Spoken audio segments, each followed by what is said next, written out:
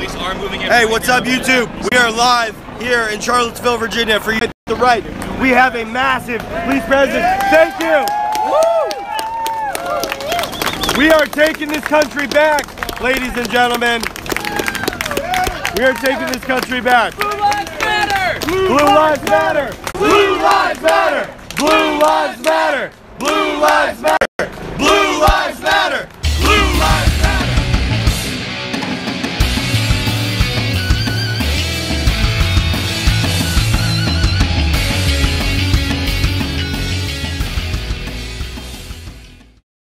From Patroit Warrior Media, and today I want to talk about the big white elephant in the room, the Unite the Right in Charlottesville, West Virginia.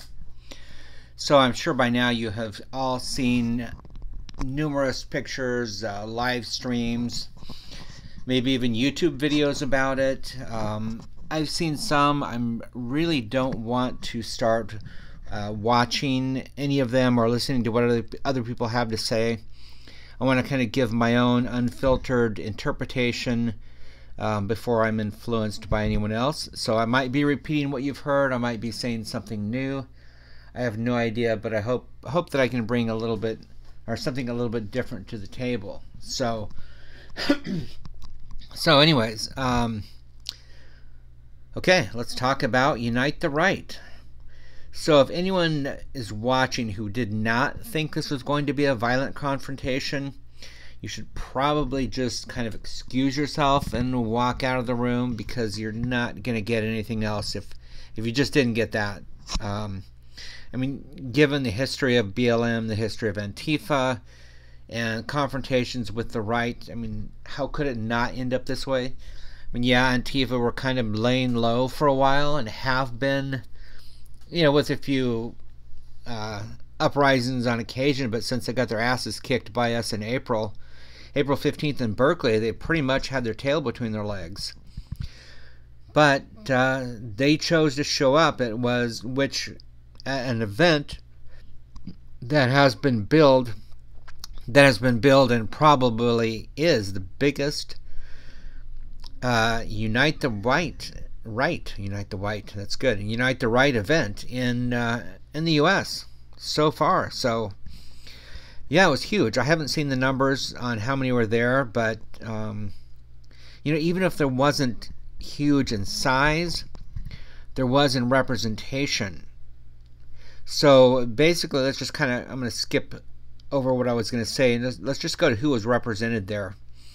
As far as groups go, you had the Proud Boys, you had League of South, Identity Europa, the Daily Stormer folks, National Socialist Movement, Traditional Workers Party, Ku Klux Klan, Vanguard America, different pro-Trump organizations, maybe even Bikers for Trump, I don't know. Alt-Right was there, some neo-Nazis, and different far-right movements, Black Lives Matter, Redneck Revolt, where I don't know if they were there for sure, some different socialist and anarchist groups, of course. I think I already mentioned Antifa, maybe I didn't, but they were there.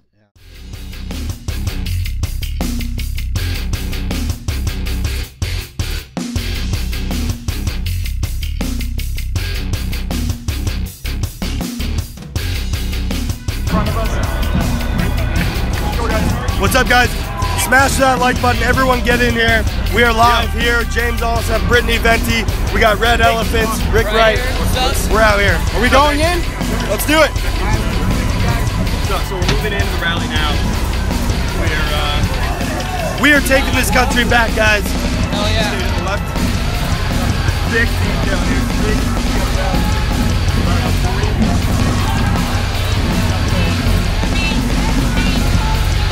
Nazis go home.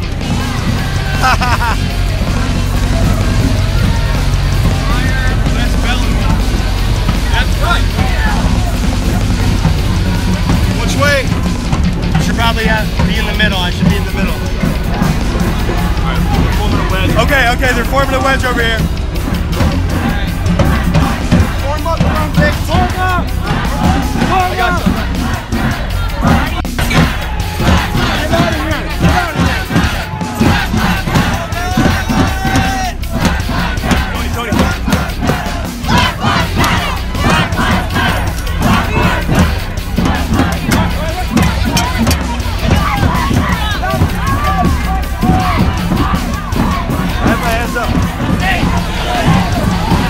That's right. Where's our park? Where's our park? Where's our people? Where's the guys? Whoa, I just sprayed. I just got fucking sprayed. Oh, fuck. Dude, keep your eyes. Oh, I got pepper spray. I got fucking pepper spray. Thank you, guys. I got fucking pepper spray. I need milk. I need milk. I need milk. I need milk. I got pepper spray. What the fuck? What the fuck? I need milk. I need milk. I need milk right now. What happened? I need milk. I got pepper spray. Help. Help. Help. Help. Milk right now, please. I got medic. Medic. Help. It's burning. It's bear mace. Fuck. Fuck. Fuck. Hold it. Fuck. Sit down. All right. Hey, hold it. Calm down. Here. Hold on, guys. Okay. Here. Breathe. Okay. Hold on, guys. It burns so fucking bad. That's there. Bear mace to the eye. Straight to the eye. Okay. Hold on. Hey, somebody grab it. Help me. No, that. Calm down. You gotta breathe. Breathe. Help. Breathe. So fucking bad. That's there. Bear mace to the eye. Straight to the eye. Okay. Hold on. Hey, somebody grab it. Help me. No, that. Calm down. You gotta breathe. Breathe. Help. Breathe. You're good, Big, alright? It just hurts like shit, dude. It's alright. Calm It down. hurts like a motherfucker. You're gonna be okay. I need to rub it. Calm down. No, you don't want to rub it, dude. You want to let it. Help. I'm sorry, Sam. This is what free speech is, apparently. Because you can't sit there and express an opinion without being attacked. I'm so sorry, Nick. I couldn't see. No, just hey, calm down. Calm down. Just breathe. It burns so fucking bad. Dude, Bakes, it's gonna fucking hurt like hell. Okay, it's gonna hurt for a second, dude. Hold on. Wait, pour water. Water. No, let it sit there for a second. It's gotta take. What do I do with my eyes? Just keep them closed. Let it work. Keep Just let it work, brother. Keep them closed. It's gonna take some time, alright? Oh, you're good. Oh. You're good, man. Okay, can I turn over? Yeah, there you go. Now we're gonna rinse it out with water here in just a second. Give it another second and rinse it out with water.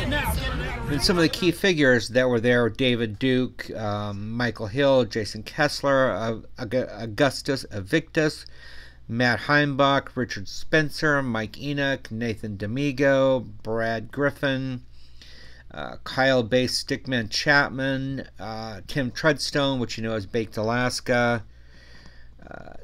and I think the Red Elephants were there. A number of other people were there videoing also. So this was a huge deal. Made even less big because I wasn't there. Oh, also, Asmodor, the #2 guy on the Daily Stormer, was there. And he was going to be one of the speakers. Some of the other speakers, Baked Alaska, David Duke, Richard Spencer, Mike Enoch, and probably a few others I don't know about. I don't know if Gavin McInnes was going to be there or make a speech. I don't think so. I'm not sure if Kyle was going to make a speech or not, but he was there. I understand he did some live streaming on Facebook. So anyway, that's who was represented. So let's talk a little bit about the event. So, you know, as far as the purpose goes, I mean, take your pick. Depending on who you ask, you're gonna find a different answer for why they were there. A couple things are clear. One is they had a permit. The right had the right to be there. In fact, the mayor actually, under some pressure, revoked it, but then reinstated it last night. So there's no question. Unite the Right had the right to be there at the park, at the statue, to have their event. Now, why? What was it about? Was it really a free speech event? Or maybe it was more like a 14 words show of force, we must secure the existence of our people and a future for white children kind of event. I don't know. Was this truly a move to unite the right? I've heard the I've heard the alt-right, which is despised by just about everybody but the alt-right, I heard they weren't welcome there. Is that true? I don't know. But how can you unite the right without the alt-right? They are an important factor. Again, it depends on who you ask. So why unite the right? What's up with all this white people talk, race war, civil war, all this crap? 6 months ago, you would have never seen a rally like this, and no one would have ever even talked about a need for a rally like this. So, you know what brought this on? And now I'm going to give you my 2 cents worth. Why I think this happened, or why maybe this needed to happen. Every headline you see, every time you see something like what happened with in Manchester, the concert. What's that kid's name? The girl's name? I can't even remember her name now. But the bombing there, the attack on the bridge. Every time you see an attack in Europe, which is usually Islamic radicalized, I'm getting tongue-tied. Radicalized Islamists. I don't know, I think they're all pretty radical. But anyhow, every time that you see a terrorist attack like that, it pushes people a little farther right. Pushes people from the left closer to center. From the center closer to alt-right. Every time you see sound bites, video clips, tweets, things like that about immigration problems. Every time you see short clips on Twitter, like in Italy, of a boat landing and probably 40 military-aged men coming from some country supposedly fleeing war, storming the beach, running past bikini-clad tourists, and right up into the city. Every time you see that, somebody goes from center to alt-right, and alt-right to alt-right, alt-right to white nationalism to neo-Nazi, and it goes on and on. Again, this is just my 2 cents worth. You know, whenever someone goes to Paris, who was there like 10 years ago, and they see the garbage dump that it is now because of immigration, it pushes them farther right. Every time that you see, not mainstream media, but you see the real media, like Luke Radowski and Tim Pool, every time you see those guys reporting on the truth of what's going on with these open borders that's happened in Europe and the UK, people look at that. It makes you patriotic, which is good. Hang on a second. Here comes a train.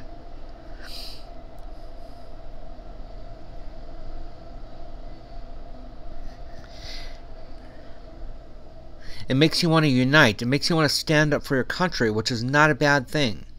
It makes you want to stand up for your culture, which is not a bad thing. So every time, I even lost my train of thought. So when you see these things happening and the problems with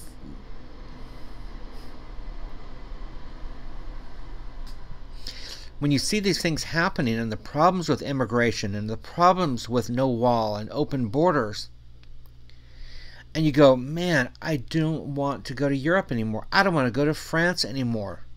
Sweden is off limits. I don't want to go to Germany. Not in my country. We see what's happening in Canada and the bills that are being passed in Canada, and we're going, not in my country, not in the United States. So it makes you love your country. It makes you cherish your country. It makes you a conservative. It makes you move from the left to the right, and rightly so. Every time you see statistics, like in California, I think it's 61% are Latin. How can you argue that we're not being replaced when you see that? So what do we do about it? There's going to be a lot of different arguments as to what we should do about it, or what should be done about that. And I'll get to that later. Every time you see conflicts with BLM, when a white police officer shoots a black man, in self-defense and many times, and BLM starts tearing up their own neighborhoods. People moved from left to right. When you see Antifa attacking conservative Trump supporters, like February 1st at UC Berkeley, March 4th at MLK Park, April 15th at MLK Park, that moves people from the left to the right. People that are already in the right, farther right. And the march goes on.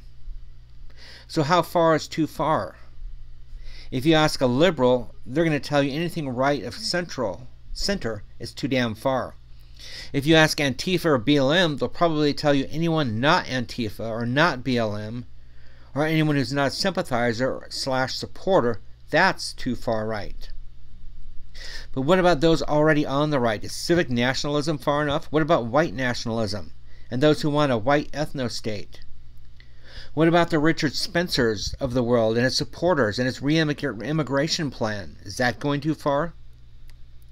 Does it make sense to segregate ethnicities? In truth, most people probably get along best with their own culture, their own ethnicity, their own skin color. But does it make sense to bring back segregation like in the, 40s, 50s, 60s? Or is that going far enough, or is that going too far? Should we ship everybody back to their own, quote, homeland, unquote? If you're interested in that kind of ideology, check out Roaming Millennial's YouTube channel and her 3-part interview with Richard Spencer. He really spells it out fairly detailed. So how far do we need to go to protect the white race? And is there really a problem or a need to be protecting the white race? Should we be proud of our culture? I think everyone should be proud of their own culture. Everyone should be proud of their ethnicity. I'm sure you guys saw the Nazi flags and swastikas in Charlottesville today. Probably saw the Sieg Heils, those Hitler salutes. You probably saw those today. Boy, 3 months ago you wouldn't have seen that.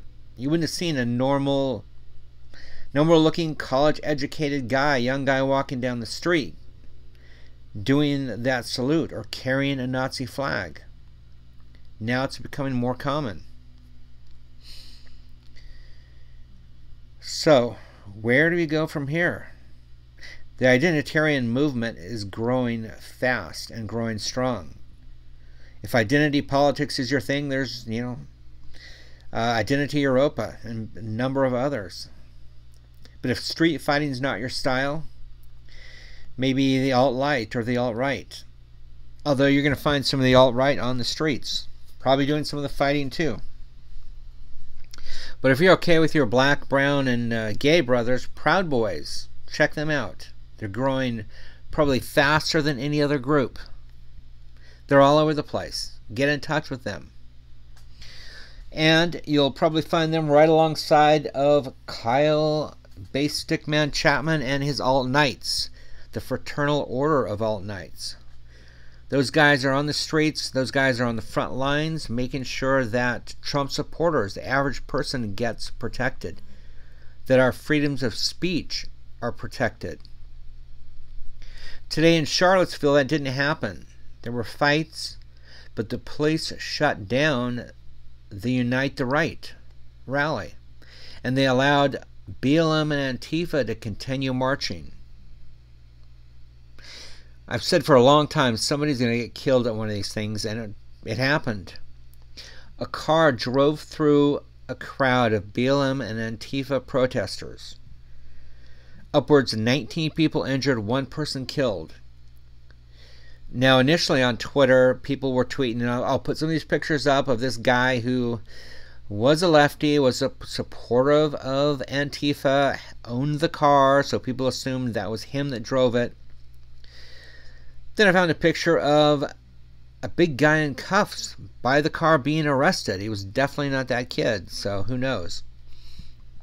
I don't think the police have decided or made a statement on if that was a person on the right or a person on the left that got confused, mowed down the wrong people, or what happened. I also heard that maybe someone was trying to work their way through a crowd, another car was speeding, rear-ended that car. I don't know. They're working it out.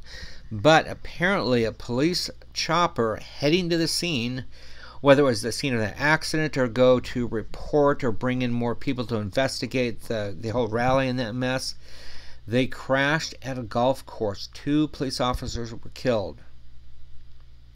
So, you know, the mayor had a chance to cancel it. He made really the only decision that could be made, and he protected free speech, even though the cops shut it down later. I would imagine he's regretting that decision right now. I don't know. So, guys, I think I'm going to wrap it on the Unite the Right in Charlottesville, West Virginia. This has been a Patriot Warrior Media video. I want to say special thanks to Baked Alaska, who got a face full of pepper spray. You'll see a couple short clips from one of his live streams on here.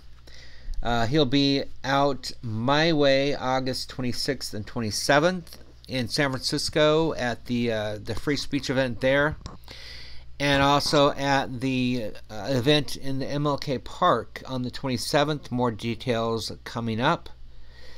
I cannot forget this. We are going to march on Google next Saturday, the 19th. That's August 19th. And here comes the train. Hang on.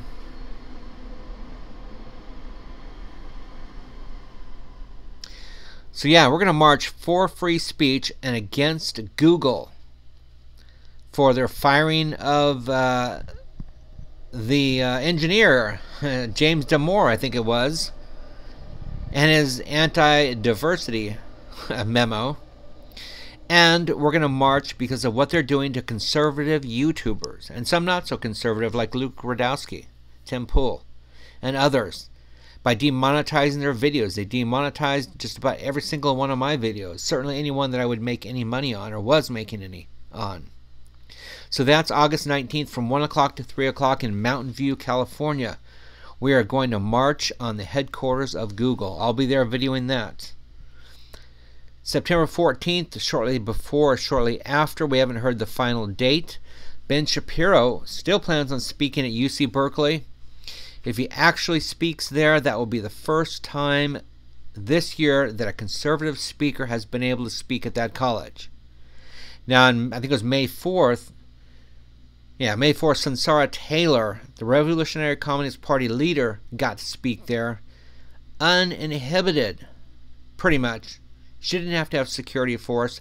She did not have to have 400 armed patriots or armed Antifa to make sure she got to speak. She just got to show up and speak. So hopefully Ben gets to this time. I'll be covering that for campus reform. I'll be inside during the speech. I'll be outside covering the protests, if any.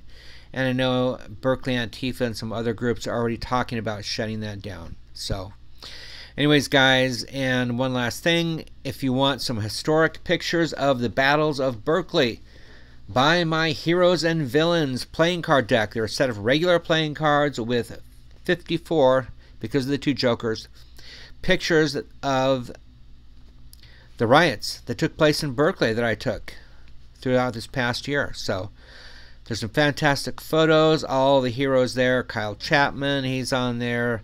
Faith Goldie, Lauren Southern. Your favorite based Trojan or based Spartan, however you want to call him. I know he's not your favorite, but he'll be on there. But anyway, everybody who was there was on there. RAM, Rise Above Movement, was on there. I forgot to talk about them. They were also at the Charlottesville event. So, anyways, guys, it's been great talking with you guys, and keep checking back with my channel. I'm going to have a surprise guest pretty soon, actually a couple guests. One's going to totally blow you away. So anyways, guys, thanks. It's been real, and I will talk to you later.